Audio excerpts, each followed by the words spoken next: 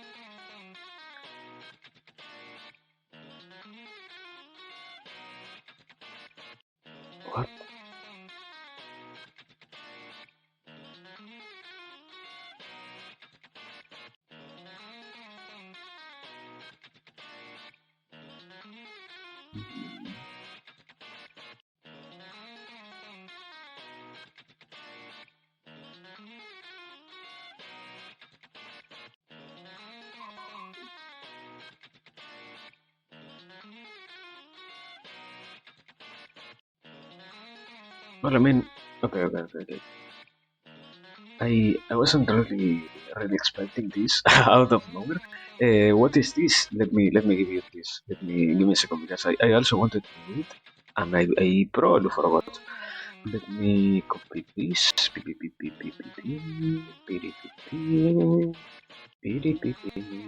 This. And let me pin. Yes. Pin. And now duration. The whole stream. Yes. There it is. Now for real. What is this, first and foremost? Or what is that? This is a video. For real now, it is supposedly it is, so to speak, kind of, if I didn't misunderstand, it is a kind of not lecture. What it is? I don't remember the correct word, but the kind of videos that are made for the sake of giving an idea to others. A kind of okay. A presentation, basically. A presentation and a kind of also probably a video essay. Basically, that's what it is. In this particular case, it comes from a channel that really likes to put a lot of effort into their productions. Let's say, so that's why it looks so different than what is the average. But that is basically what it is. Now, for real, to what I wanted to say, what I wanted even more kind of to see is the idea so far seems very simple, like trying to comprehend it from the side of we might as well have had the possibility of choosing where we were born. If that is true, it is kind of logical to think that yes, we will have wanted in the condition that we didn't have the possibility of choosing who we are going to be born as, make the world as equal as it gets. I mean, if you do not know and don't even have the possibility of properly guessing where it is that you're going to be born, you should. It isn't that you should, sorry. You you might as well try your best to be born in a place in which you enjoy your stay, let's say.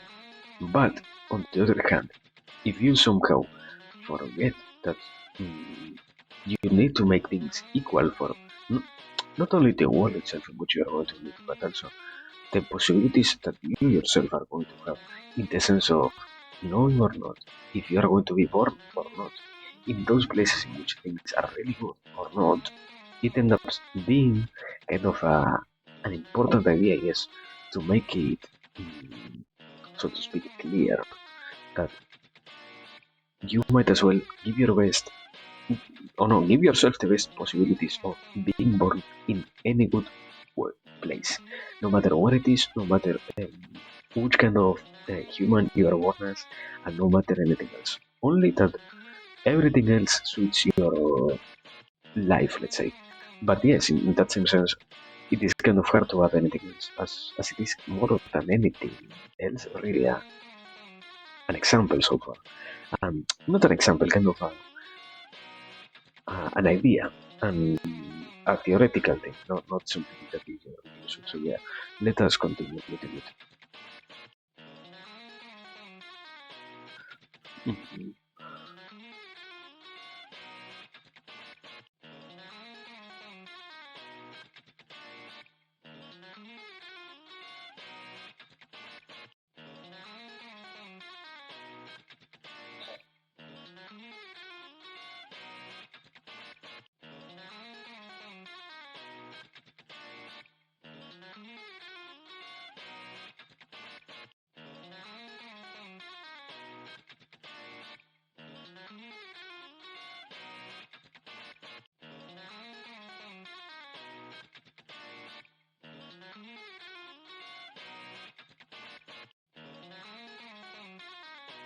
Yes.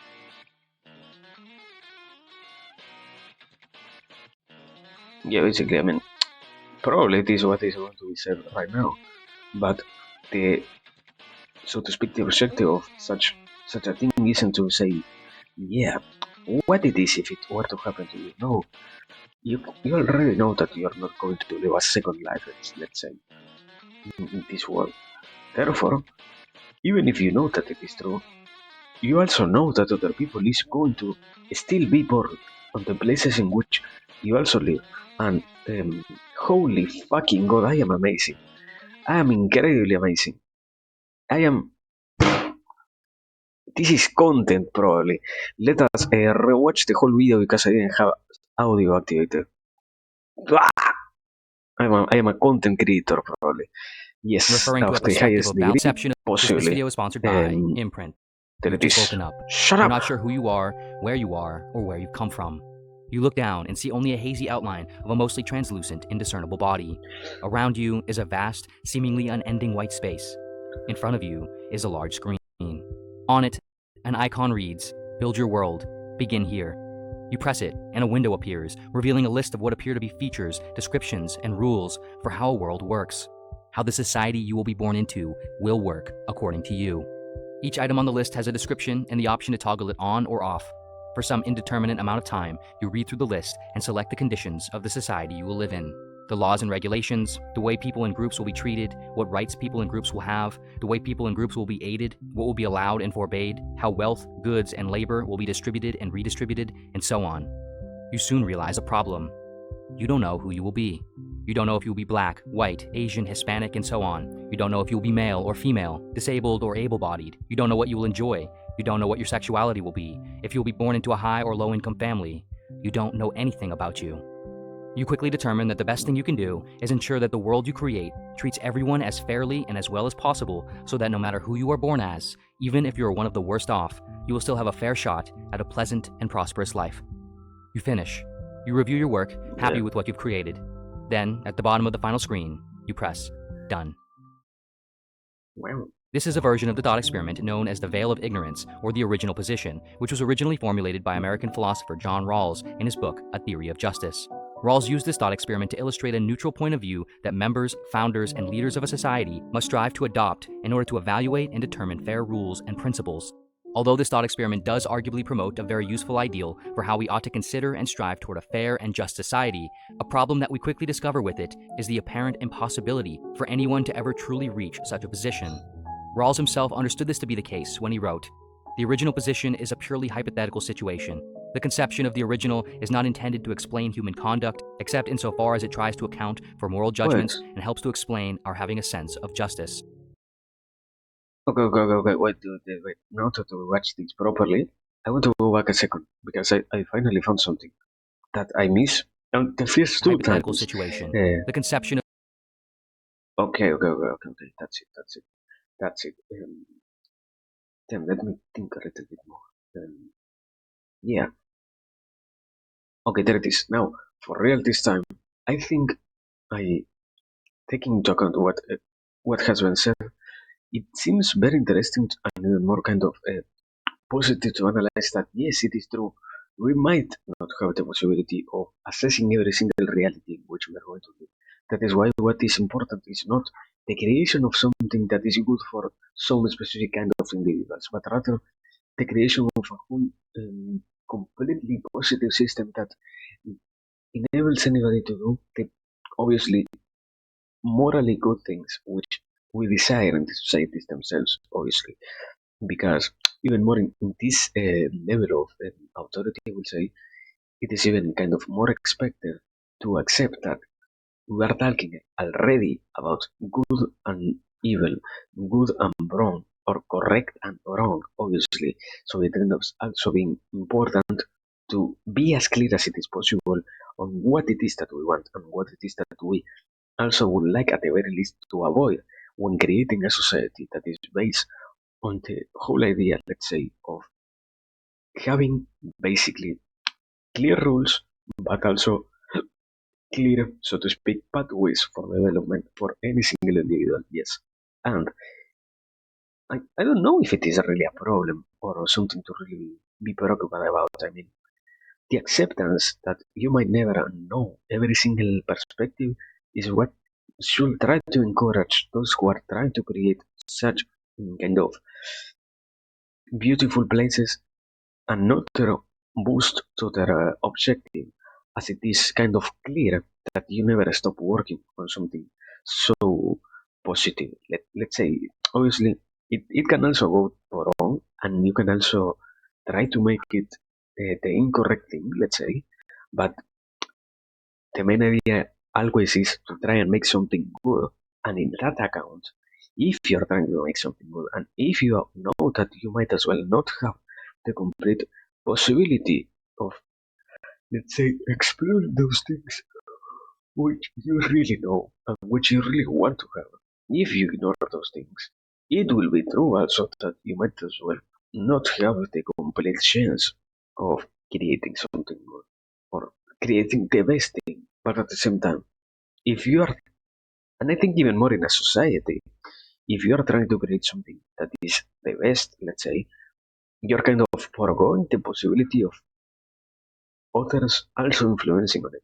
Because I think part of being in a society might be that we need to constantly assess what is being said in the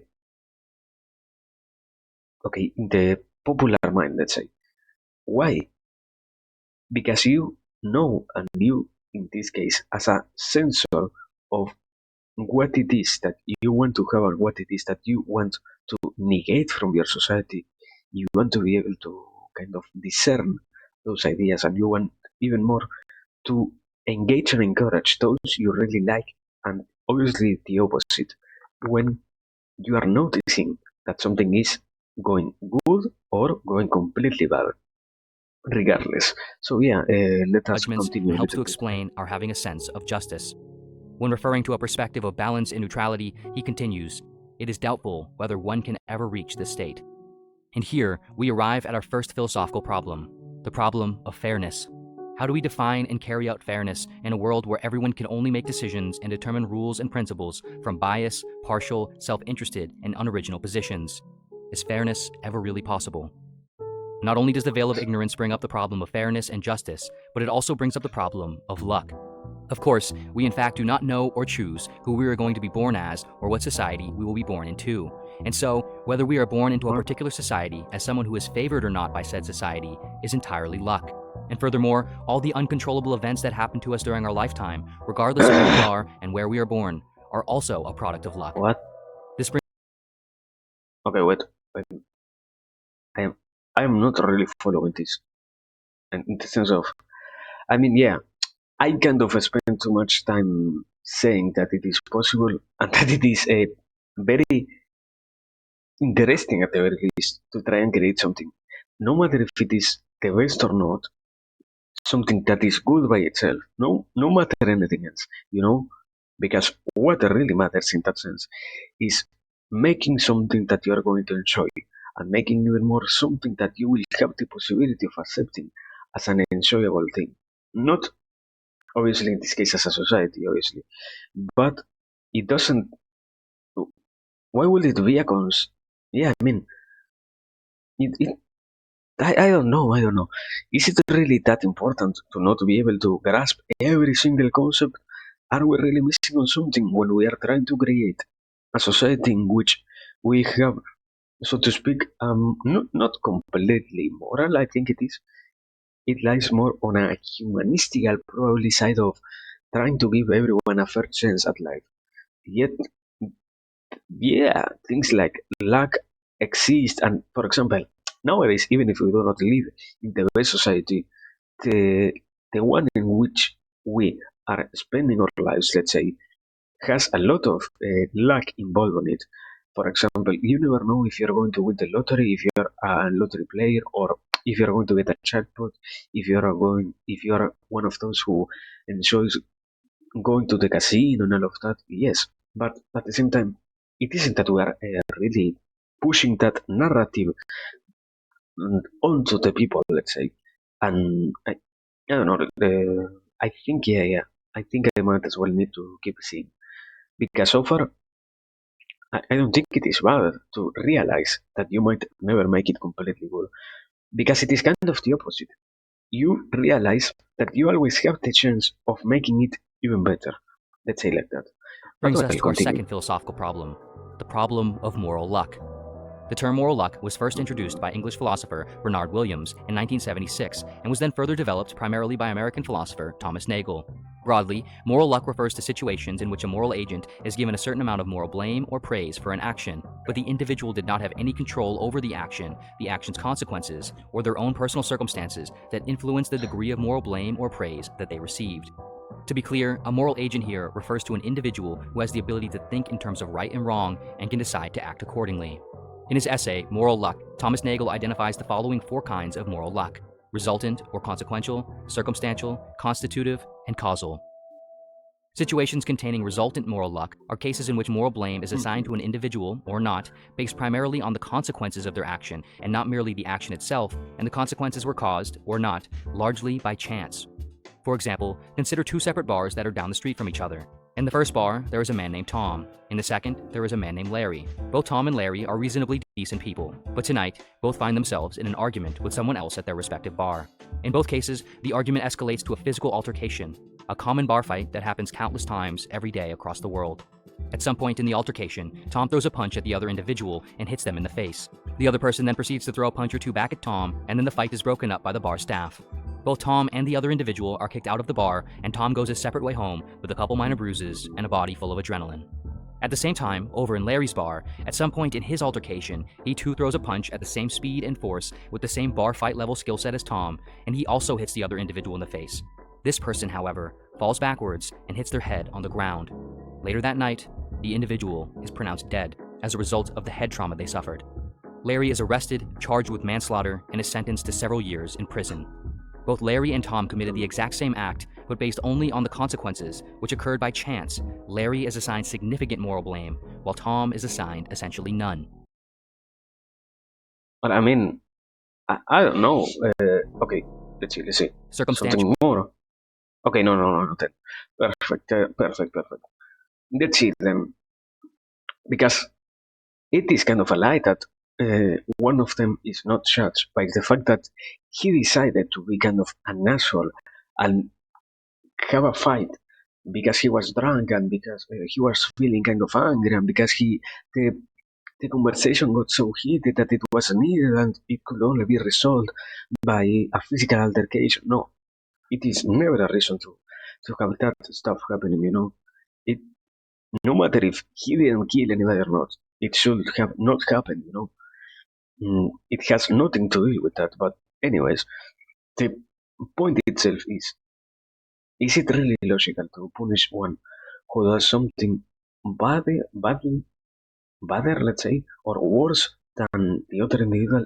I think it is kind of obvious that, okay, you might as well have never intended to kill somebody with a simple punch that you threw at them. Yes, it is true, but at the same time, you might as well also know and you might as well also realize that it was probably not the best idea to do that, and it was probably not the best idea to, for starters, decide to engage in a fight, in one in which you yourself might as well kind of spend your energies in something that your own society has already told you should not do. Because if you do this, you're going to get punished, no matter how severe it is. Because on the other, so to speak, end of this, it was also shown that it wasn't that much of a big consequence, but the other guy still got kicked out, and the other guy still got, so to speak, separated from their society. In this particular case, the tiny community that was existing in the bar. And in this case, it it is obvious that you will never know if you are going to kill or not somebody, as I said before, with a simple punch another person. But the underlying possibility of that, is it really something that you can ignore, and is it really something that you can, let's say, no, I didn't expect to kill somebody. Why did you engage in a fight? I mean, in this case, yeah, it is kind of obvious. You never, we're not speaking about somebody who did this, so the possibility of being harsher is completely free in this case. All your actions carry a consequence, and if you haven't measured the consequences of your actions and you decide to act simply by a fucking whim, it is your problem. It doesn't make, so to speak, the whole system unjust or the whole system rigged because out of nowhere your, or I don't know, the look through that have The other guy, when he was falling down, failed, and therefore he got a one, and therefore out of nowhere he decided to die. No, my brother, this isn't a fucking video game. Obviously, you never know if it is going to be a fatal blow or not, but you know that you're damaging somebody when it is a possible thing to avoid it, and even more when it is a possible thing to not engage in such a kind of useless action, because mm, in a more deeper level, fighting with somebody in that sense will really resolve your problems, because I don't think the argument itself was going to be defended better or worse, no matter who won or not. The act of fighting was not something that really gave the opportunity, and even more made the whole situation better. It was only a whole win that happened. One side or one example of this, one side of the example, let's say, got a not so harsh punishment, while the other went kind of to the extreme. But both things and even more could always happen.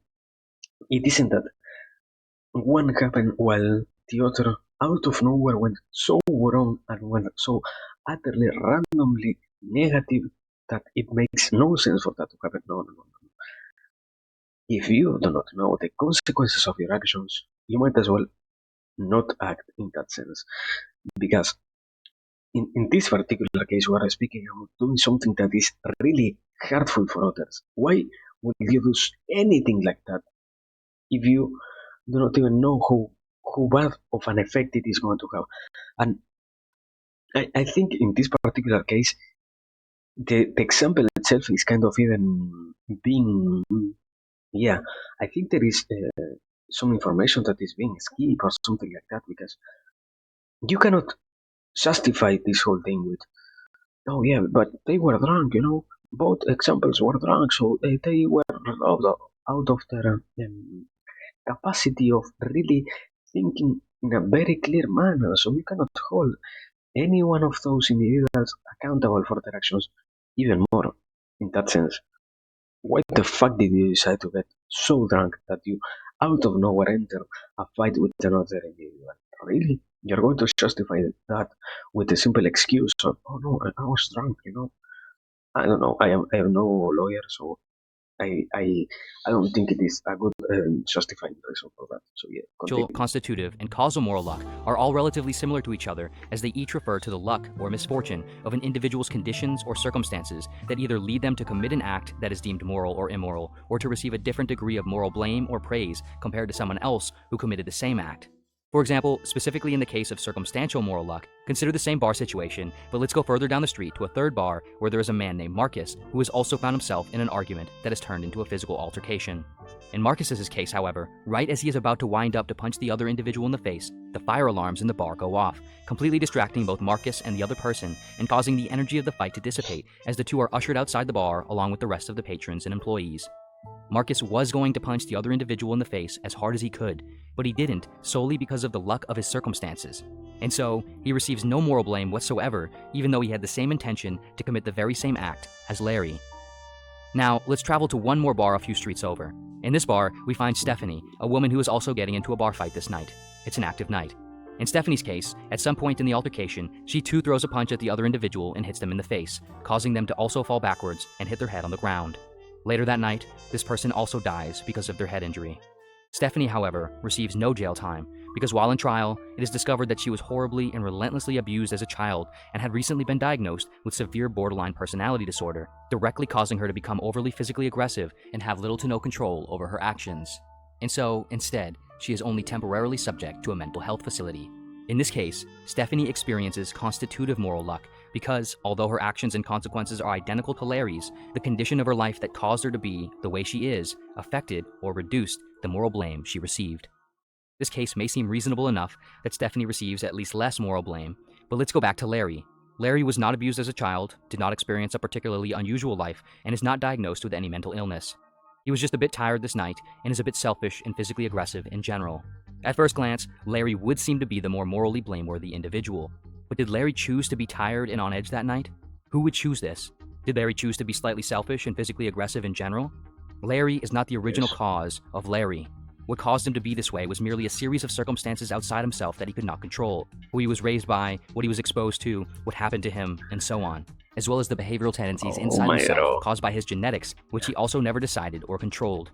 If this is true, how is Larry any more morally responsible for being someone who got into a bar fight that night than someone like Stephanie?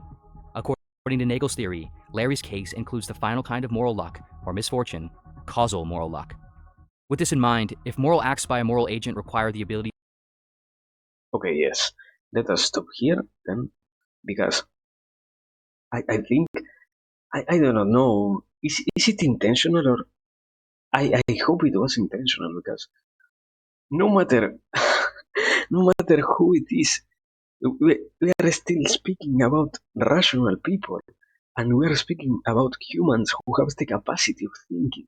How it is that just because he had some preconditions that kind of predisposed this man to being more physically aggressive, it still is justified that he did that.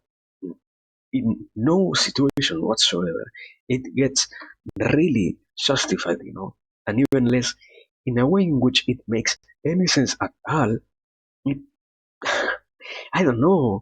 It it really doesn't has any kind of true reasoning behind it, my man. The, in this case, who was it? Larry. This guy, Larry, has still the capacity of fucking thinking. No matter if he was drunk, if he was high, if he was taking pills, no matter what the fuck he was doing with his life, he still had the chance of thinking, and he still had the possibility of using his mind.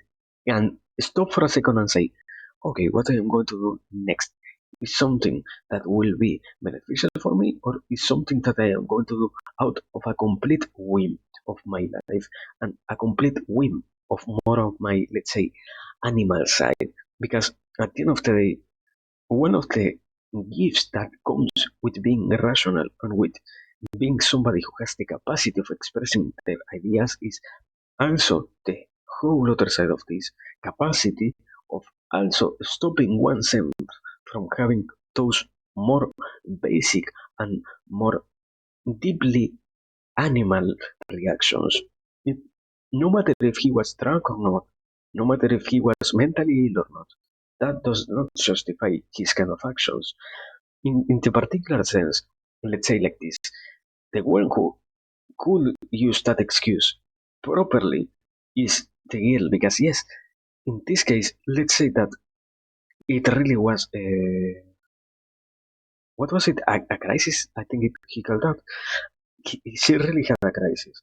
It means that the whole society around that person also failed this individual because they weren't able to provide the whole tools and the whole, so to speak, gifts that really made her be capable of solving such kind of situations.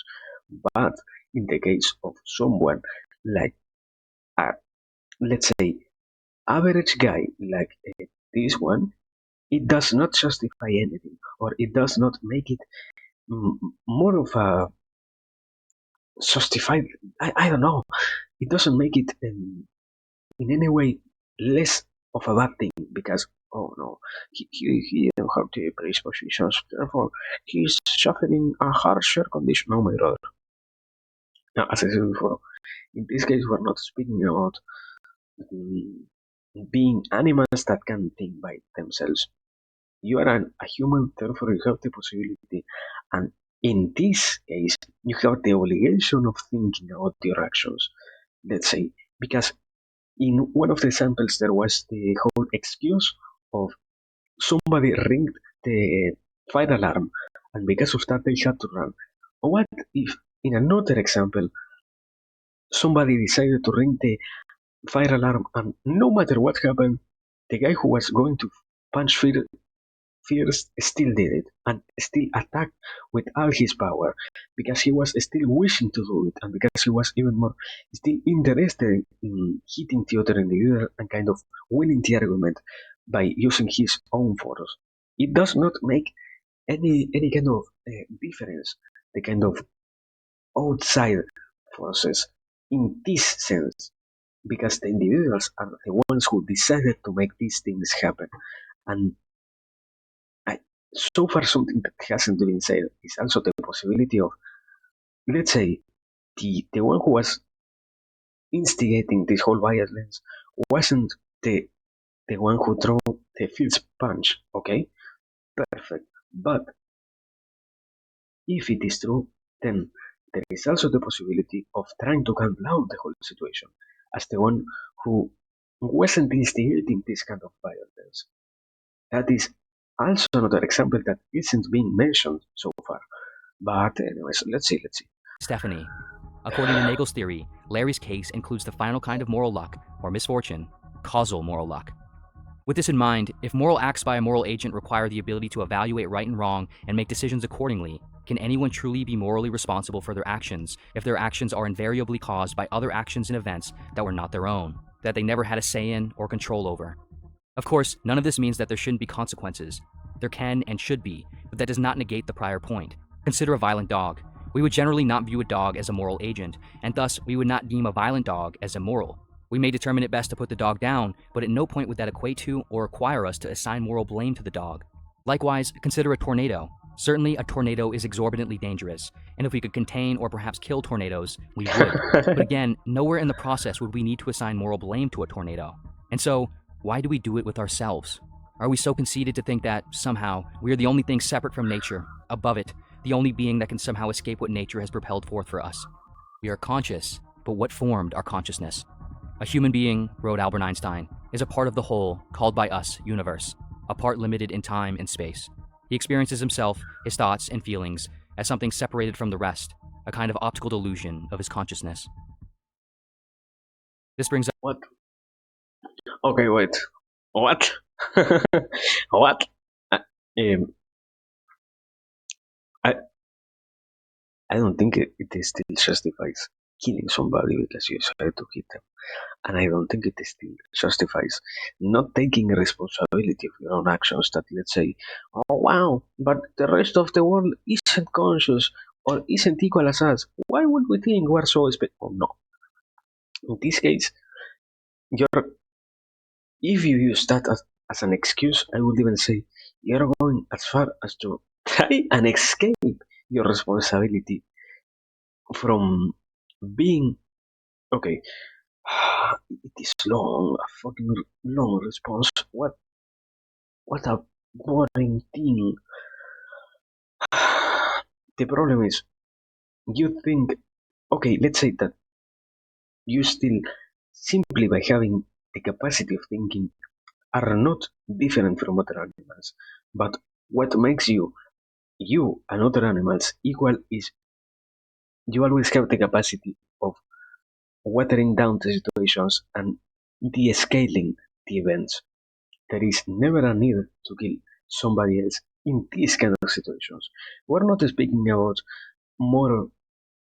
I will say like this. Other kind of examples that could apply to this are, for example, if somebody were to invade your home and if somebody were to try and rob you while you are inside your house, in some cases you're going to shoot, in some cases you're going to let yourself get robbed, in some cases you're going to hit that robber, in some cases you're going to probably by shooting or hitting that individual kill them, in some cases you're not going to kill them but only make them escape, in some other cases it will happen that not only you're going to hit them, they are going to hit back and you're going to get killed. It is a complex thing, but there is a justification, I don't think completely proper to your actions because, for example, it depends in the case of if you kill the person. Where you, I mean, what was the kind of actions that you took when you decided to shoot that individual? Was it logical from you to let's say, shoot individual in the head, or was it that you decided to shoot just in the knees, or just in the legs, or just in the arms, or well, no, I don't think even the chest is kind of dangerous. So yeah, the kind of places where you decided to shoot the individual also play a role. There are a lot of things that apply to this. And let's say every single animal is going to do whatever they feel in that situation. But as conscious animals, we still have the capacity of thinking about our actions before we are doing them, and not only analyze the results that we get out of the things we did, but also foresee and analyze the probabilities of things happening before they already happen, let's say. So, yes, we are not separated and we are not more special. We simply have a different kind of tool, and we simply have the necessity of using it. In these cases, it becomes a necessity. It doesn't embody anything else, and it doesn't mean that, oh wow, you're so morally high and you find yourself so incredibly, let's say, yeah, high in the whole structure and the whole pyramid of animals and living beings that you think because you were able to do a better moral judge, you now can say, yeah, what I did was the correct thing. No, we're speaking about, as I said before, any action has a consequence, no matter which one you're taking. And in this case, you are kind of diluting yourself and almost lying to yourself by saying, oh yeah, no matter what I do, I'm going to get punished. No, you are going to get punished by doing the wrong things and you're going to get rewarded by doing the correct things.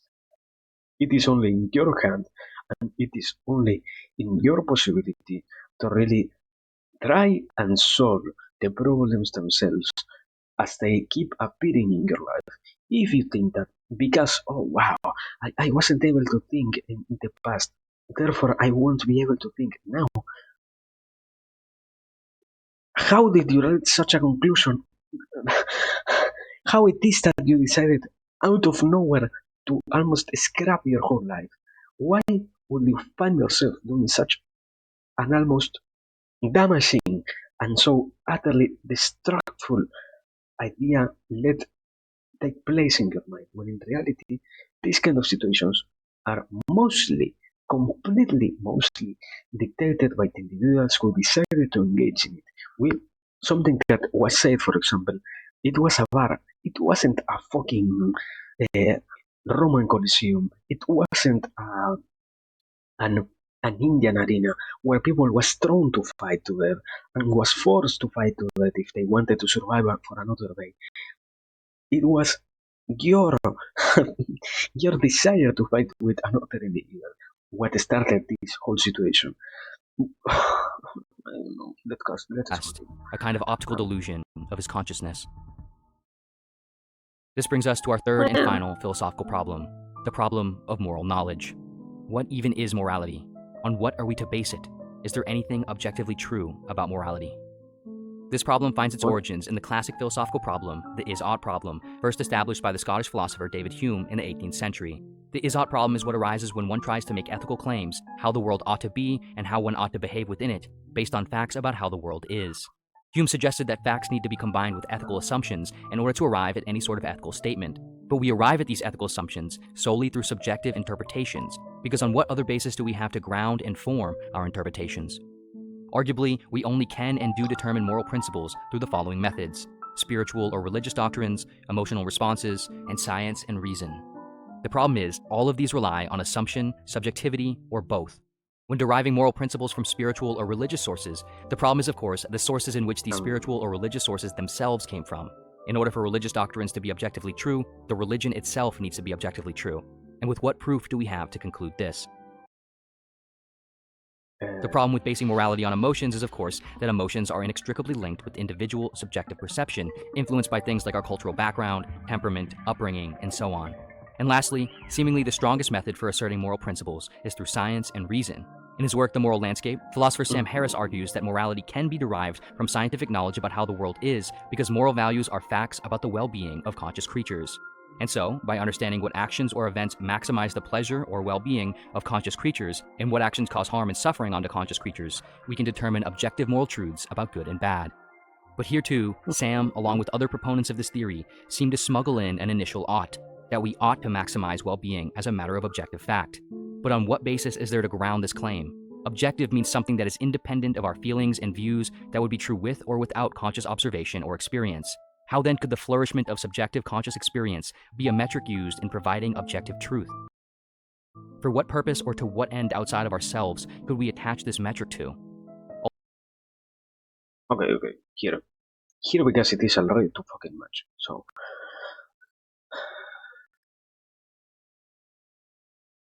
yes, I think a proper response is whatever kind of way we decided to take. It is mostly, or well, it isn't that it is. It needs to be based on, I wouldn't say completely morally correct things. It needs to be based on the survival of the species. Let's go with that kind of term in this case, because we're speaking about, okay, if we can find any other method to really discern what is good and what is bad, and what is morally good and what is morally wrong, therefore we should, uh, even more if we are going to flag around and to, so to speak, move around the idea that, oh no, we are thinking so high about ourselves versus other animals that can't and shouldn't ever try to think about themselves as higher beings. Perfect, my brother. Then let's analyze the whole animal kingdom, the whole universe that is comprised in the environments in which different animals live, and let's see what is that is happening there that we could also apply to our societies, that we could also apply to our world, that we could also extract and utilize properly in our actual situations in life. And also, give us a second. Welcome, Monsieur. Sorry for not saying it earlier. Welcome. So far, we are analyzing a beautiful video. We have been having kind of a rough time because this seems like a very incomplete idea. I don't know. At least from my side, it seems like a very incomplete idea because, yeah, something that I also wanted to say was, for example, how was, let me see the exact questions that it proposed. Let me see. A kind of Here. optical delusion problem, the Mhm. problem of moral knowledge. What even is Mhm. morality? On what are we to base it? Uh-huh. Is there anything objectively true? Okay, and here, for example, because when I hear this, I think there are kind of very incorrect things here. Why questioning what is objectively true morality has nothing to do with what is actually moral and This brings is morality. On what are we to base what is morality? What are we to base it? Are society things? Okay,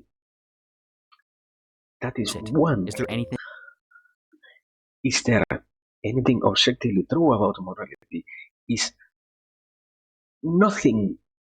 It has nothing to do with societies themselves. It is why would why would we give such a burden to, let's say, a worker who has to spend their whole life doing such simple things, and not simple, sorry, such incredibly hard things that every single day they feel completely tired and cannot properly think because their actions are kind of moving the whole society towards a better goal because they are sacrificing themselves. Why are we going to force such a question on somebody like that? It makes no sense to propose this next to the two that came before. What is morality is defined by the society itself, and what is it based on is the things that the society has already proven to be working. And this third question has almost, I think, this, the desire to disrupt and the desire to be destructive more than anything else. The, it isn't useful to give these kind of things to people who, it isn't that they are not prepared, are not going to give a proper response because their conditions are not such ones that they can spend their time and spend their whole years if it is needed in the sake of finding the real correct answer. So yes, it I don't think this little question makes any sense at all. But anyways, continue. We were over here, I think it was. Yeah, here. Elves could we attach this metric to? Ultimately, there appears to be no clear way out of the loop of is and ought without smuggling in an odd assumption first, a claim about how reality should be, not how it is. Mm-hmm. Okay, perfect. Another line in which I can stop. Perfect, my brother, yes. That is the amazing thing about having a consciousness, that you're going to be subjective. If you think you somehow can reach a completely objective point of view, I, I think you miss some parts of your life in which it was always proven that things are subjective, and it was always proven that no matter what you're trying to go for, you are going to taint the actions which you take with your whole perception and with your own view of things. I don't know. I don't know. Let me continue. Let me continue. I got already. In the end, perhaps the only solution to the problems of fairness, of luck, of morality is somewhat less about finding perfect fairness or objective right and wrong, and more about moving forth with an effort of understanding, forgiveness, and compassion for the absurdity of it all. A sort of compassion for everyone and everything, for those who appear to us to be good, for those who appear to us to be bad, throughout history, throughout the globe, and into the future. Again, this does not mean complacency and total tolerance. One can punish, fight, or resist someone or something that they believe is wrong while still having compassion for the other's situation. In truth, none of us chose that we would be born into this world as what and who we are. None of us set up the rules. None of us ever really had a say. But we are all here now, and compassion appears to be one of, if not the only through line that has saved us throughout history, that bolsters positive change, that accepts and forgives the mistakes we have and will undoubtedly continue to make into the future. In the words of the German pessimist philosopher Arthur Schopenhauer, boundless compassion for all living beings is the surest and most certain guarantee of pure moral conduct, and needs no casuistry. Whoever is filled with it will assuredly injure no one, do harm to no one, encroach on no man's rights. He will rather have regard for everyone, forgive everyone, help everyone as far as he can, and all his actions will bear the stamp of justice and loving kindness. Okay, perfect. We're going to stop here. Then, let's say that this this is another subjective thing to say, just in case it wasn't obvious. So yes, it is obviously the best way. It is obviously the best approach to take on things. Why would you ever wish to kind of betray anybody, and even more to make people suffer? Obviously, that should be the objective. If you are somebody who's trying to create a society, think it is needed to punish, to kill, to disrupt the whole lives of people because they did something morally wrong, it isn't the way, my brother. And it isn't the way to go around about anything we're speaking here. The not correcting, the, let's say, most proper thing would be to take an approach in which you accept that you're going to need to work on other things, and you need to work on other things to the level of other humans, and to the level of their ideas, and to the level of their assumptions, and even more to the level of the whole societal rules that are ruling already the world in which you live. That is true, but at the same time, it is also true that if you think the rules that are already in place, and if you think the, so to speak, punishments that were already set for some kind of actions are the incorrect one, and you still decided to ignore, so to speak, that feeling that is born from your insights to speak up, it means, in a sense, that you're truly letting that be continuing and be persevering through time, almost as if you were allowing it. And I think in this particular case, it is obvious that it is a deeper problem. It has not only to deal with individual, it has also to deal with the fact that sometimes we fail. Those who are trying to get a message through anybody, we fail to really convey anything at all because we forget that we really need to encourage others and we really need to be as clear as it is possible to others, and even more, we need to truly give them tools to work on their life.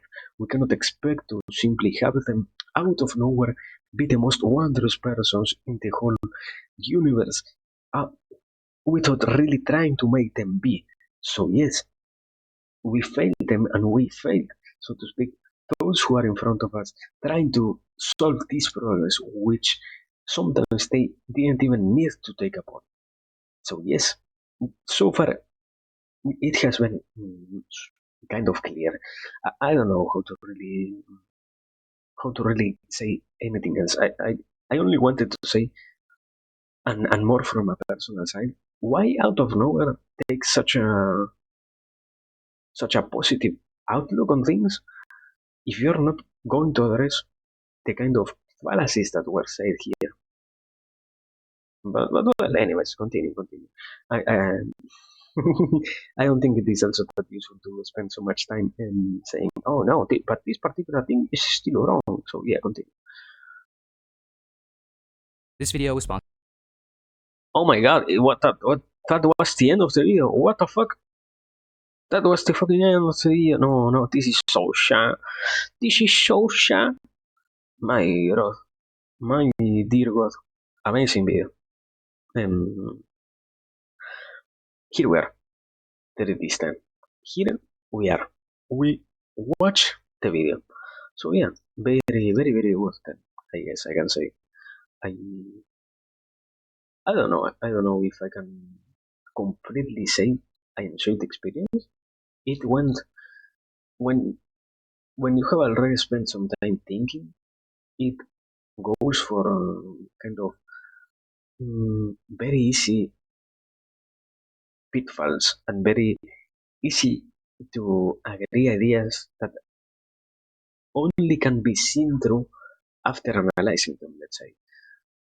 But even if it is true, on the other hand, it doesn't make the video itself worse, nor the final message uh, something that is in any way less of a good thing, because it is still, at the very least, went for a very positive message, and that is obviously if you try to do your best and only your best, and in this case, only your good best, you will find your life to be one fulfilled of good things and one in which others are not going to strike you down, nor bad events are going to really hold you back. But in that same sense, also, I think, yeah, I still think what I said before. It is true that what I just said right now is true, but at the same time, if you simply say it without really giving others the proper tools to start seeing it in a more profound way, and if you decide to not really say, you know what, this is a whole journey that starts from the desire of seeing and from the desire of analyzing and even more properly assessing what is your moral character, what are the faults that you have, what are the flaws that you might as well right now need to fix, and what even more are the problems that you should try already to get rid of because they are holding you back in this kind of future potential way, let's say. But I don't really know. I don't really know. It is interesting at the very least, and it it was good. It is all I can say. It was a very good video. Let me drink some water.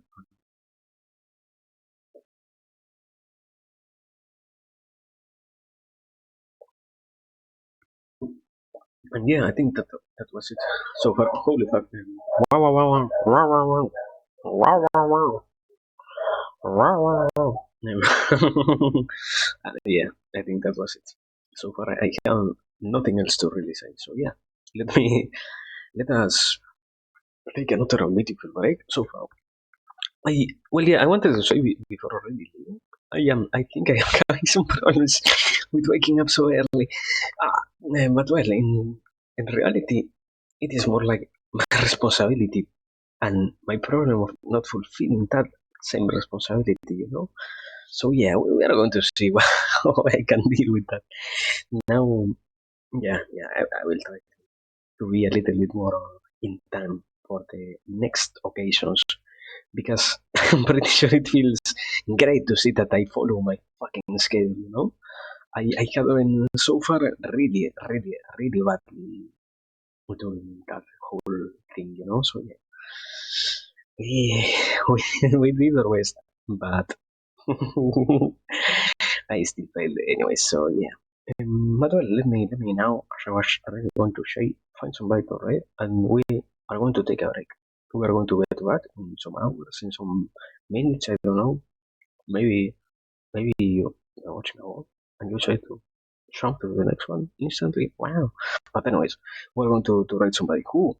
Let me see. I have too many options, so I'm going to choose the simplest one.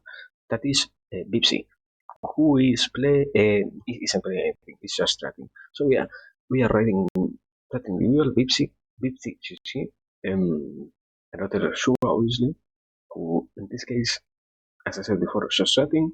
And well, we on the other side of this, we already earned the possibility of resting. We already did or rest in this case. So yeah, we might as well take a break, and we might as well take this chance to go and do other things. You know, we we don't really have to worry ourselves that much more with other things. It was a good video, it was a good stream, it was a beautiful thing. So yeah, as always, thanks for everything, thanks for learning, thanks for watching, thanks for lurking, thanks for watching the ball if it was what you did. Thanks for every single thing. Let me make this get this. So I think it is this one. That yeah, there it is. We have the fucking bot working. Ah, amazing. Finally. So yeah, as I was going to say, thanks for everything. Now we finally can take a break. And well, when the chance arises, we're going to take the opportunity and we're going to even more exploit it properly to see what we're going to do. But for now, time to rest. And well, whenever it happens, it happens. Now, time to live. So goodbye.